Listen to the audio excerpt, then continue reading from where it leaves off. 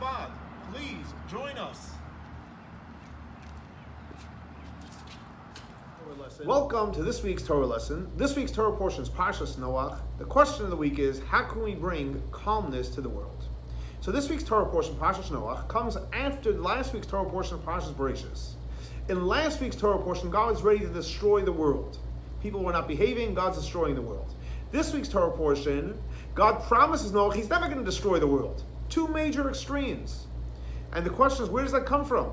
So the Rebbe explains that in Parsha's Bereshis, God created the world. Now when God created the world, He used the name of God, Elokim. And He used that name 32 times. Elokim is judgment. Meaning to say is, if you behave, life is great. And if you don't, guess what? God's ready to destroy the world. Comes in this week's Torah portion, Parshas Noach, and Noach realized that God wanted to make a dwelling place in this world. And Noach started to do things to recognize God.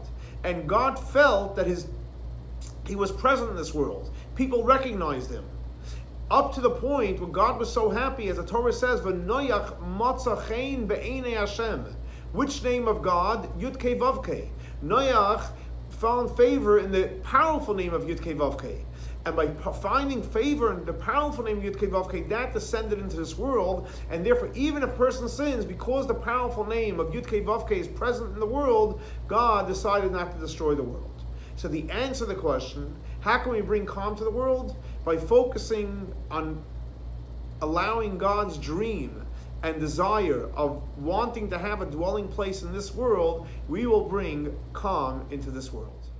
This week's Torah lesson is dedicated to the memory of Baruch ben Aryeh Leib, Shlomo ben Yosef, and Rachel bas Lipa. May their souls be elevated by the Torah we're studying in their memory. For more information, please see our website, chabadswf.org. Thanks so much for joining us for our weekly Torah lesson.